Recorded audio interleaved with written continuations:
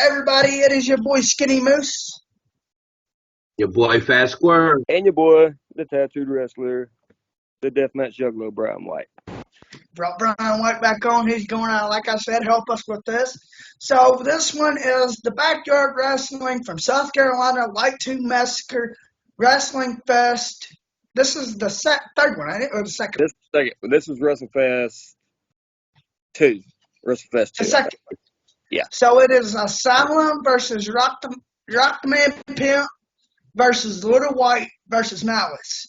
There you go. You got it right. So let me tell you, Little White is Brian White, and when I first reviewed it, I was like, "Who the hell is Little White?" And the only way that I recognized him was his earrings. Like his facial features was different. He was smaller. I'm like, "Who the hell is Little White?" I'm like, "Why does he look like Brian White?" At first, I told him straight up, I was like, "Do you have a twin?" He's like, "No, I'm the only one." I'm like, "Well, is Little White you?" That's me. That was my when I started wrestling with Little White. So the only one I really know in this is Little White, Brian White. So light tubes are everywhere, son, all kinds. You have like one light tube, you have short light tubes, you have these long ass light tubes that's like, I don't know, I'm like 15 inches tall. These one light tubes I've seen, these damn things are humongous, y'all. I mean, like, these like 14, 15 feet tall, like you would see in like, I don't know, like skyscraper light tubes. And the match was for the belt, as a matter of fact. Asylum comes out with the UWL belt and a light tube of his own. So Little White is almost unrecognizable, like I said.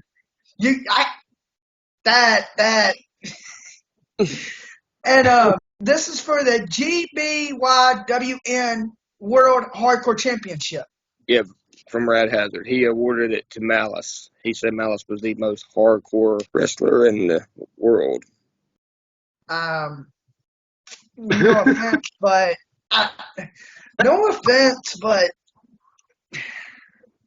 I've only seen Malice in that one match, so I'm gonna have to catch up on him. But y'all definitely need to check out Brian White. He went cold as fuck in that match. He went fucking hard.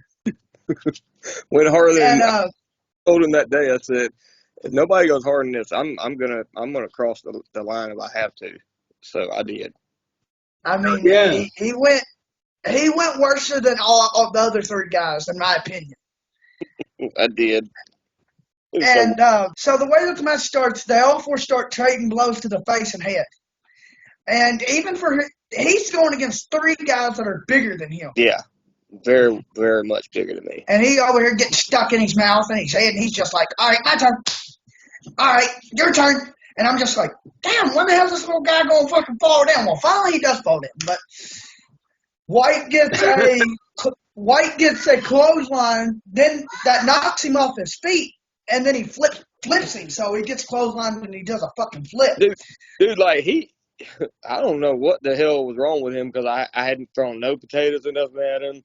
This match was starting. It just started, and he was just already shooting on me. I don't know what the fuck was going on, but yeah, he hit me pretty hard. I mean, that was a legit flip, pretty much. Now, when I say White got flipped, this man literally gets clotheslined and goes back. Like, he didn't do no regular backflip. He got flipped off of his feet. Yeah, I felt that one. Oh, I think I felt it for you. But I also, as I'm getting my shit together, I'm like, okay, I see how we're going to do this now. I see how we're going to play. So I didn't take it easy on the rest of the fucking match. So White does a drop kick, knocking Asylum off his feet. Then White climbs to the top rope, does a frog splash, and pins Asylum. And then I realized I couldn't pin him because one of the stipulations in the match is a tube has to be busted first. You have to go into the light tube Asylum and bust the tube first before any pinfalls will start counting. So a part of this light tube Asylum is they sectioned off a part of the yard, and it's just nothing but light tubes and fuckery over there, just light tubes. And whatever the fuck happens over there happens. Now, I want you to keep in mind, Asylum ain't no small man. He's a big man to be knocking off his feet, so when Brian White knocked him off his feet. I'm like, damn, this guy's hardcore. I was wearing Justin boots at that time too. I wasn't even wearing wrestling boots or anything. Jesus. So all four men are fighting on the outside of the ring now. They're all over there fighting, trading blows, hitting each other, going to fucking town in each other. Malice busts a light tube over Rockman. Then White busts tubes over Asylum. It turns into a light tube attack party. Pretty much. I mean, they're over there just fucking attacking one another. Whatever. It was more of I wouldn't say comedy spot, but it was just more of a, how would you put it, measuring of men, I guess you could say, a testicular fortitude or something. I don't know. When they was over here waylaying each other, I'm like, well, one of these men, are going to get tired of being hit with two, but they're going to take them a break. Because, sometimes with deathmatch wrestling, they walk away and they get tired of being hit. They go get their breath or whatever. Not these four. I will say this, though. In this match, we killed the light tube gimmick because we didn't let off on it. Once we bust the first one, we didn't let off after that. You know what I'm saying? Like, we just kept going and going and going. Now, me and Eric had the most experience in this match, so naturally, we didn't stay in there the entire time. We did take it back to the ring eventually, but, like, Asylum and Rock had never been in any type of match like this, ever. Asylum, he's been in hardcore matches, but he'd never been in something like this. This was a whole different type of hardcore to us. This was whenever I finally got to experience deathmatch for the first time in person, like personally experience it. It's my second death match, but like this one really counted because it was more cute. The first time the Lightbulb Massacre won, me and Malice faced each other in it, and we only had a few of them, and it ended with a double count out. We hit each other with two U-shaped. I'll send you the video, but it was two U-shaped light tubes. We hit each other and we just buckled down. We just stayed down. We thought we'd never get to do it again, so we just wanted to leave it even. Then we realized the next year comes around and here comes it, and then we had two other people and so forth and so forth. But yeah, we really killed the light tube gimmick in this one. I think we did, in my opinion. There for a minute when Brian White, Lil White, walked off the camera, I'm like, where'd it go, And then he comes back with, if I'm not mistaken, one of the fucking light tubes. This is just light tubes, no gussets, no nothing else. And then he just starts waylaying people. So by this point, Asylum is bleeding from the back of his arms at this point. That's the worst thing. That's the worst thing that happened to him the entire match. So one of the commentators was like, Asylum's bleeding from the back of his arms. And I'm not really for sure the commentators, they said their names, but one of them was one of my original trainers, Sean Van. I love that guy to death to this day.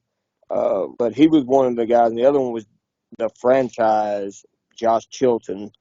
Nobody important, and I'm gonna leave that one at that. But Brandon was a very big influence in my career. Like I said, if anybody didn't hear it in the first interview we did, Brandon gave me my catchphrase, "Boo if you love it." So, yeah. Thinking of you always, Brandon, man. Thank you for everything, brother.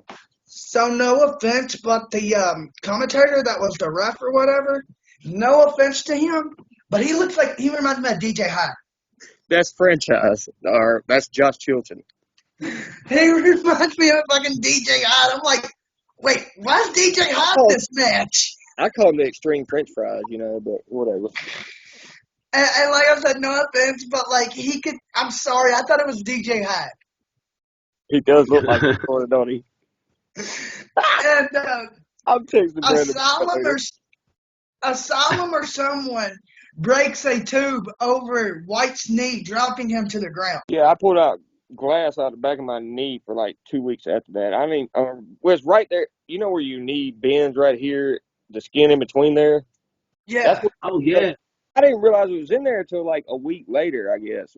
When I started, I was like, damn, that's hurting awful bad, and I finally started picking it out, and I was pulling shards of glass out like that. Little bitty ones that's so hard to get, and that hurt. See, that's the after effects of a death match. I've always heard that it really don't bother you when you're wrestling, no. But like the after effects, and you go home and you're doing your shoot job, or you're chilling with the family, and then you go, oh, I got a fucking pain, and you pulling out glass, so you. Matter of fact, Little White, his wife, he can go ahead and explain it to y'all, pulled something out of his head. So, John was the first person to ever skewer me. He skewered me for the first time at Scattimania last year, IWA Deep South Scattimania. Then he did it at the Violent Shit Cup when we fought in the Ring of Fire death match. And no one else has done it since. So we get this year at Carnage Cup, John gets these long ass damn skewers and sticks them in my head.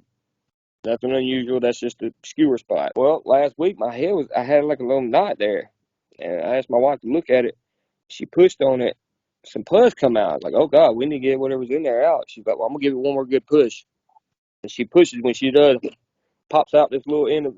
I sent it to you guys. A picture. The skewer was like that long that was stuck in my head, and she popped it out. So yeah, but we don't feel it because the adrenaline is pumping. You know what I mean? Your adrenaline is just pumping so hard, you don't feel shit at that time. But it's the killer instinct in you too, because even if you do feel pain, you block it out and keep going. That's what deathmatch do. It brings your killer instinct out. Matter of fact, here's the picture of it. There's his head after it came out. Here's what the skewer actually looks like after it came out of his head. Like, when he said long skewers, these are the longest skewers that I've ever seen. These skewers are like this, if not They're longer. long. I think So, roasting marshmallows over a campfire. Not so close to it. That's how long.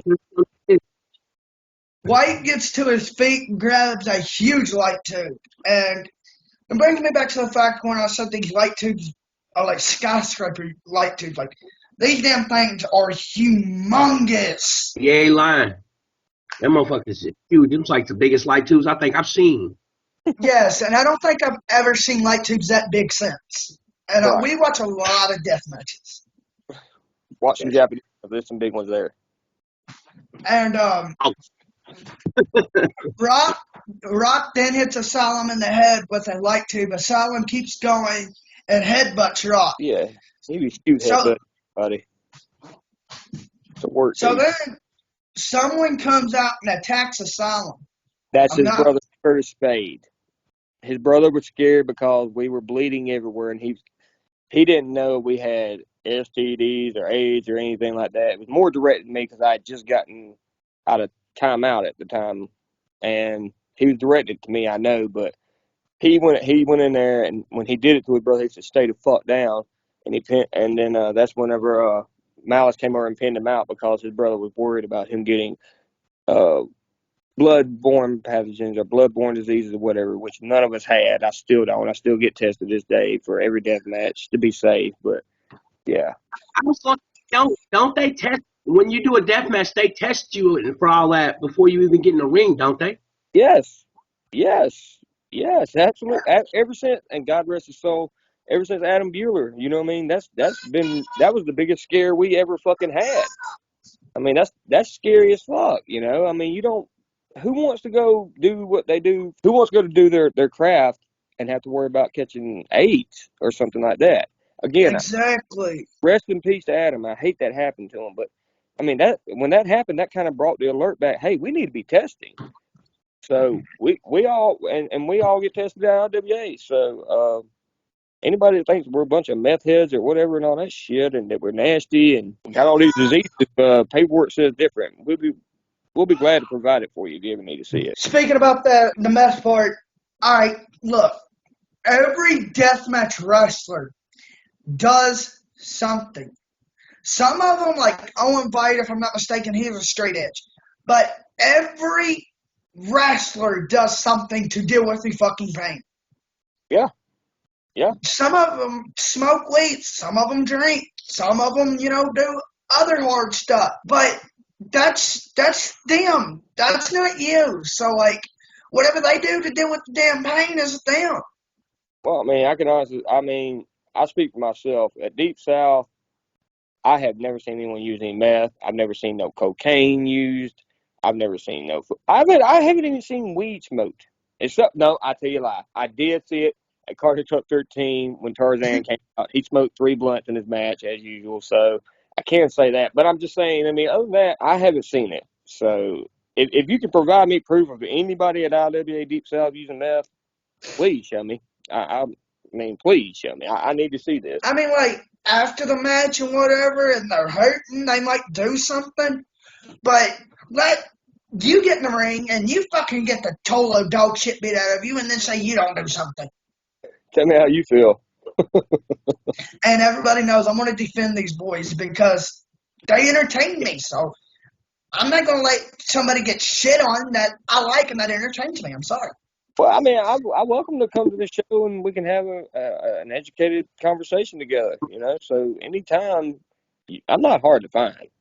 I mean, No. if there's a WA Deep South show, you can count Brian White's going to be there. So, I mean, if you're talking shit, he's probably going to hit you up on Facebook and tell you how the fuck it is. you know what? I tell people if they're talking about me, that's publicity, whether it's good or bad. My name's coming out your mouth, and I'm living rent free in your head, Andy Lawler. There you go. So Brian's a really nice guy, and I said it before. I didn't really know Brian. He added me on Facebook, and I'm like, I checked him out, and I'm like, I'm glad I actually did get to know Brian because he's fucking. What he does, he's like a Bay. He brings his own unique style that you're not going to see from anybody else. I like to compare my style to like Spike Dudley because I'm always getting my ass kicked, and I make it look so good. That's true. That is fucking true. I never compared him to Spike Dudley, but I can see it. I mean, he made it look good. That's true. So if y'all want to see, more of Brian, hop on Deep South.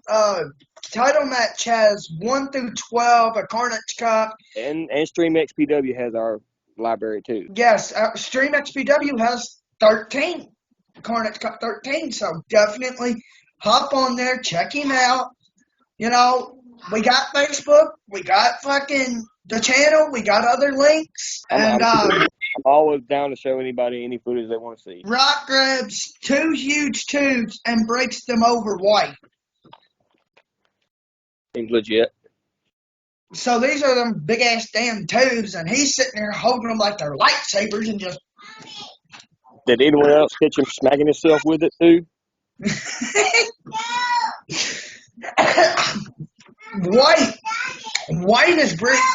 White is bleeding like a pig at this point. I mean, like, this man, he's got blood all over his fucking face and all over him, and he's just. I don't know if it's the blood that sets him off. Like, when I used to do fights a lot when I was younger, because, where I come from, it was either be bullied or defend yourself. Blood sets me off. And I noticed that about Brian. Like, when he first gets in the ring, he's, he'll wrestle and he's, getting motivated and he's filling out and doing everything. But then when that blood starts flowing, you got to watch Brian because he's always got something up his sleeve. Every match is different. It brings, like I said earlier, I said earlier in the interview, it brings that killer instinct out. Like you you're bleeding and everything, but and this is gonna sound gross to some people. Just hear me out. When it's bleeding and then that blood comes right down your nose and it drops right down in that lip and you get a taste of it on your tongue, something inside you just kicks in and it's just like, let's fucking go. You know what I mean? That's so they're all over the damn place in this match. They are all over the place. And I asked Brian how tall he was. He's told me, but in this video alone, he looks to be about like 6 foot or taller. And it's the boots. Malice grabs a bundle of light tubes and hits Rock with them. Like, he grabs fucking big light tubes and just starts whooping ass. Rock up. Rock actually. It busted inside of his ear and it cut it up pretty good, and he had glass inside of his ear and everything. Shit! He got pretty. That was his first, and I was proud of Rock regardless because it was his first ever death match, and he held his own. But when that happened, Malice immediately seen it. He's like, "Stay down, stay down." We need, his mom was a nurse. She was there doctoring people up, and he said, "Stay down, stay down, stay down, stay down, stay down," and he pinned him 1, 2, 3. And he got him out of there, and they got it out. But, yeah, he got pretty messed up on that. So it winds up boiling down to Little White and Malice by this point. Like it was the year before. How poetic. So Malice puts White on his shoulders. White reverses it and drops down. I gave him a Scorpion Death Drop. So what I was expecting was, I was expecting Malice to, like put him up on his shoulders and fall back or some shit.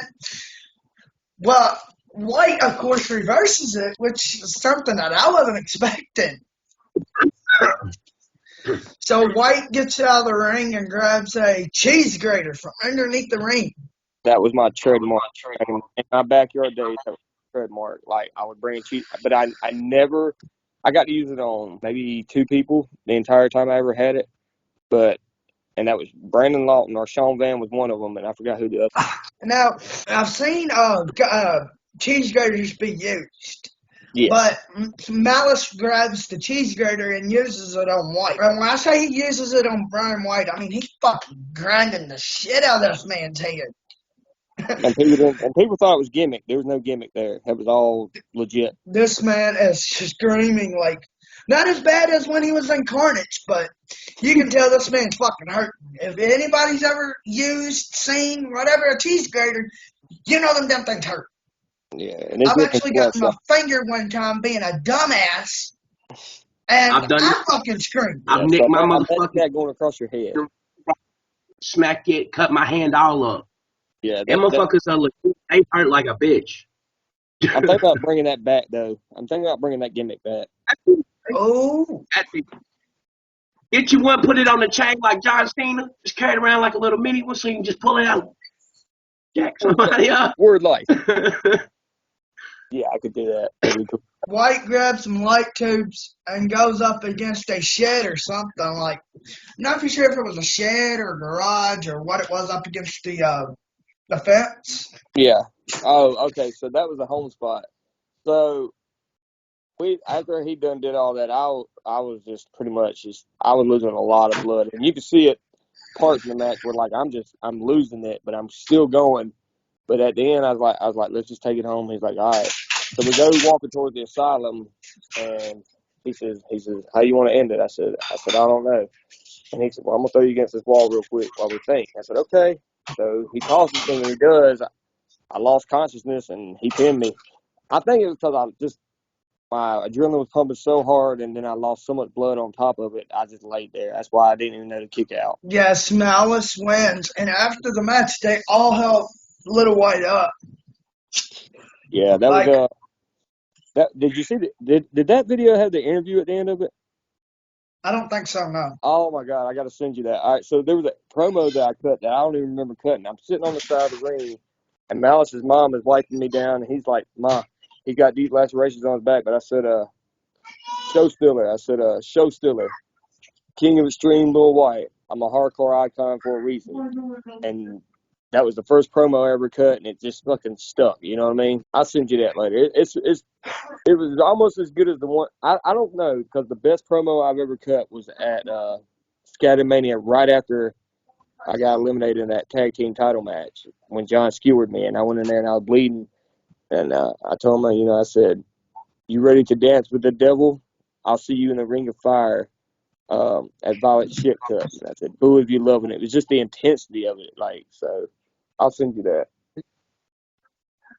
Oh, yeah. I mean, fuck. He just said it.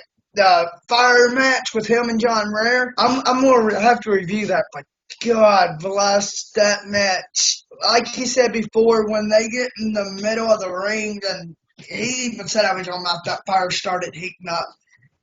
And we it was close to the middle of the ring as we could. It was so hot. I mean, anybody that's ever fucked with fire knows that it gets hot. I don't like fire.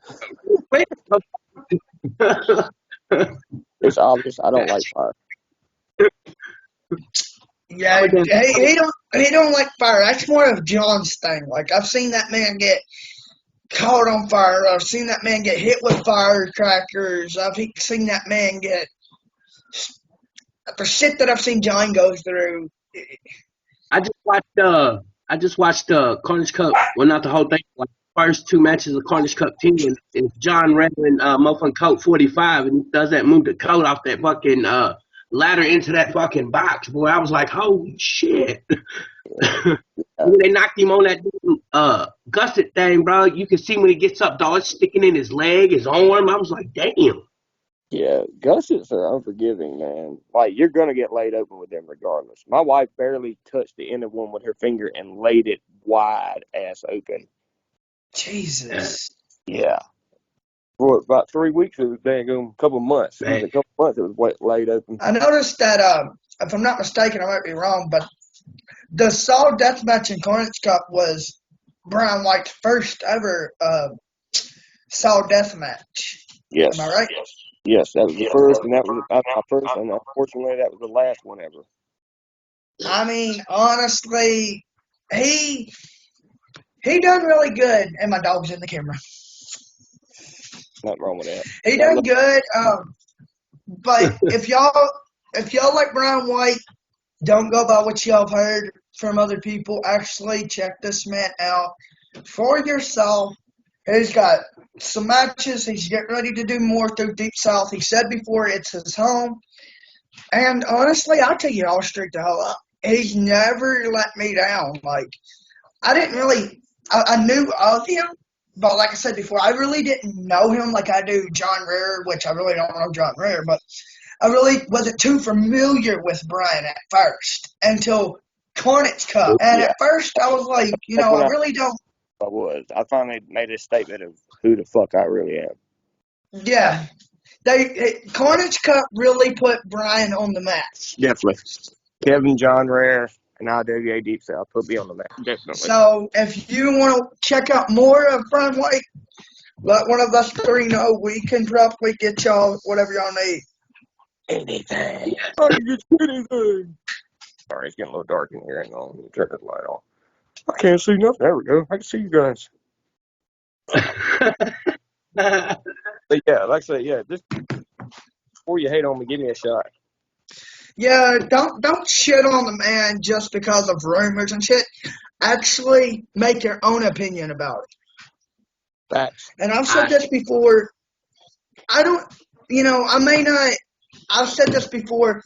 I may not like him, or I may not, understand him or know about him. But I'm not gonna go, oh well, he's a loser because I don't know about him or because of rumors. I'm gonna actually. Who the fuck are you? Send me some of your matches. Let me make your opinion about you. Do some research. And like I said, Research before you make an opinion about people. Agreed. so like I said, I didn't know who Brian was, but after Carnage, I fucking should have found out he's a fighter. I give you everything. I'm going to actually bring y'all Carnage Cup and show you what this fucking man has been through. It wasn't fun. But I'm going to end this video, and Skinny Miss is out. That's going out. Boom. Whoop whoop.